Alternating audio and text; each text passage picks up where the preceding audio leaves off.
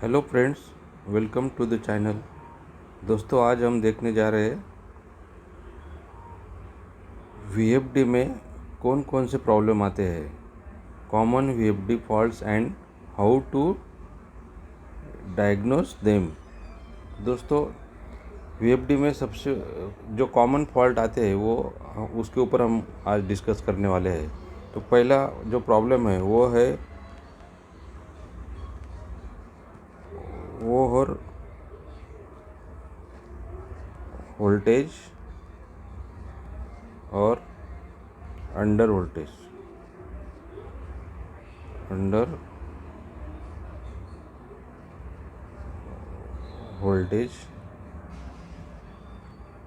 Trip, ये पहला है। और दूसरा है ओवर करंट फॉल्ट।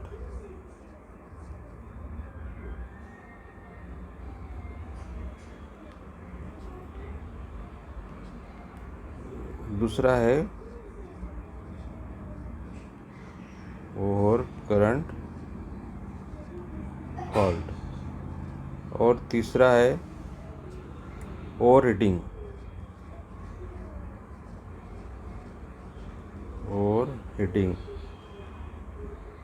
और फोर्थ नंबर है मोटर ओवरलोड।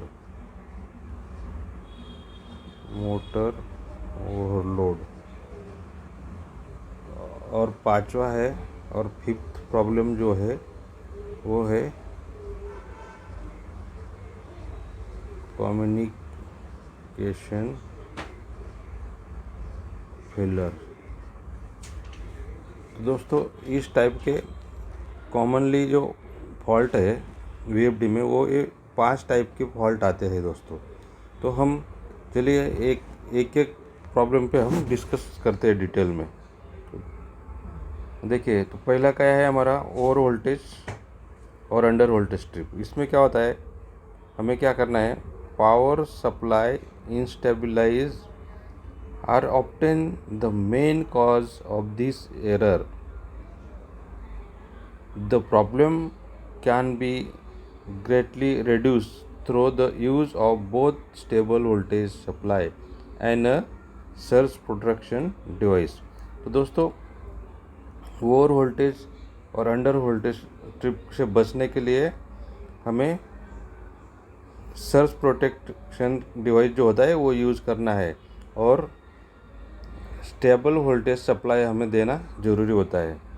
दूसरा है over current fault. Over current क्या होता है, most of the time the uses of excessive amount of current, मतलब जो मोटर का करंट लिमिट है उससे ज़्यादा करंट अगर फ्लो हुआ तो भी ये फॉल्ट आता है। मोटर फॉल्ट्स और वायरिंग ट्रबल, मतलब मोटर फॉल्ट है या वायरिंग में प्रॉब्लम है, are the reason for the presence of under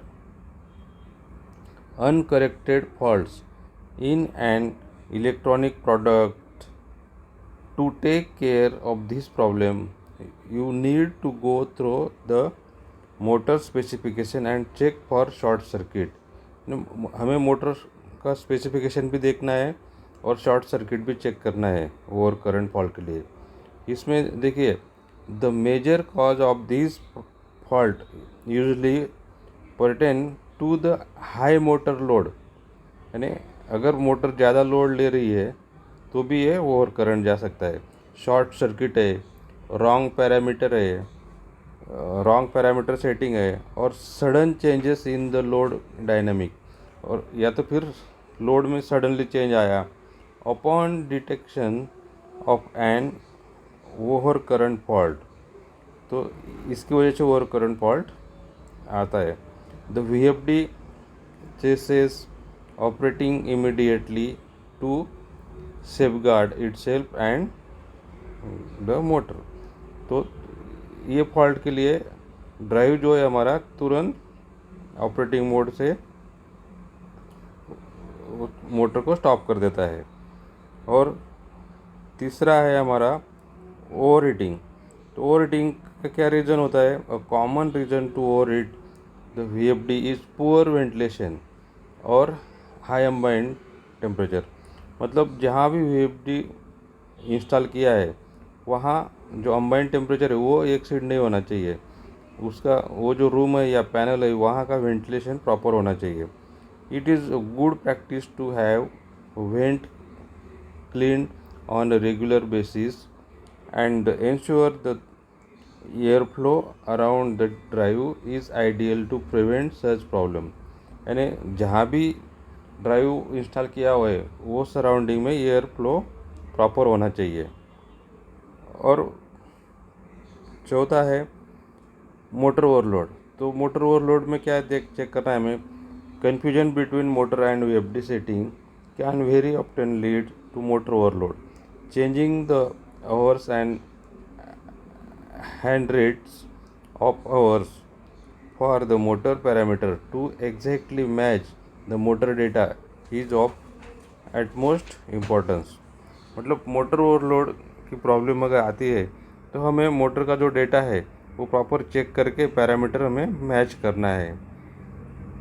communication failure में क्या हो सकता है, the interconnection problems between the variable frequency drive and the controller are clearly the most probable cause of the malfunction। यानी other device से जो communication है हमारा वो malfunction हो सकता है। Technician should go through the system and the protocol at first and then configure the setting in order to solve the problem. इस तरीके से दोस्तों ये हमें पांचों प्रॉब्लम्स हमें चेक करने हैं। अब वेरीफाई पावर सप्लाई कैसे वेरीफाई करेंगे, inspect the power going to the variable frequency drive VFD to see if it is the correct voltage as per the manufacturer's requirement. यानी कि जो भी उसका नेम प्लेट पर जितना वोल्टेज लिमिट दिया हुआ है उतना ही वोल्टेज हमें उसको देना है। Any voltage variation will need to be rectified at once. तो वोल्टेज हमें रेक्टिफाई करके वो प्रॉपर सप्लाई कनेक्ट करना है। Inspect connection and wiring. तो वायरिंग और कनेक्शन भी हमें चेक करना है। Make sure the connectors and the input and output connections are firmly made. Badly or loosely fitted terminals or the wear and tear of cables can cause equipment malfunctioning side by side with the other aspect of the faulty connection। हमें wiring में क्या क्या check करना है, input output proper connect है कि नहीं, connection loose तो नहीं है, टर्मिनल प्रॉपर फिट है कि नहीं, ये सब हमें इंस्पेक्ट करना है कनेक्शंस एंड वायरिंग में।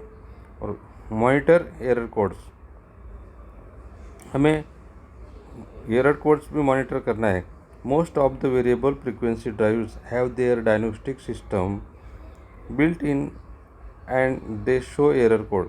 हमें एरर कोड भी दिखता है डिस्प्ले पे, तो वो हमें मॉनिटर करना है। Consult the manufacturer's guide to interrupt this code and trace the problems. ये कोड देख के हम मैन्युफैक्चरर को भी इन्फॉर्म कर सकते हैं और हम प्रॉब्लम जल्दी सॉल्व कर सकते हैं। Evaluate motor performance, carry out the motor test and checks for problems like over heating, bearing failure or misalignment because they could affect the VFD working condition। तो हमें मोटर परफॉर्मेंस में ये सब check करना है। Check configuration setting, configuration setting पे हमें चुकना है। Make sure that the VFD configuration parameter such as acceleration rate, frequency limit and the load parameter are in accordance with the application requirement। incorrect adjustment may result in malfunctioning। तो इस तरीके से दोस्तों हमें पूरा डेटा और wiring वगैरह check करना है। और हमें अभी एडवांस में ये एक हमें बेनिफिट मिलता है। ये जो सिस्टम है एम्प्लॉइंग डायग्नोस्टिक सॉफ्टवेयर, ये एक सॉफ्टवेयर आता है दोस्तों। ये सॉफ्टवेयर अगर हमने इंस्टॉल किया तो हमें फॉल्ट फाइंडिंग में बहुत हेल्प होता है। डायग्नोस्टिक टूल, इसको बोलते हैं diagnostic tool, are a significant way to detect the correct variable frequency drive VFD problems. The diagnostic tool to today have excellent built-in features like live monitoring, parameter tracking, and error log analysis that make it easier for technicians. तो ये हमें बहुत easy पड़ता है fault finding के लिए।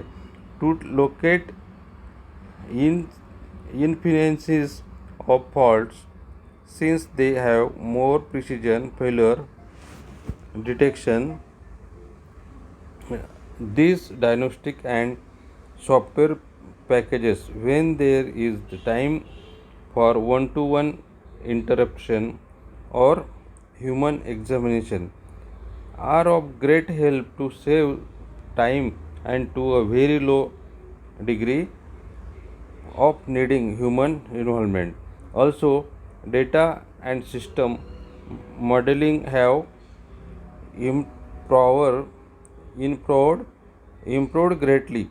Therefore, the integration of data is smoother and more effective. Diagnostic and software will be help and the same time it will don't for performance matrix measurement. Besides, it will be helpful for anomalies and inconsistencies detection also.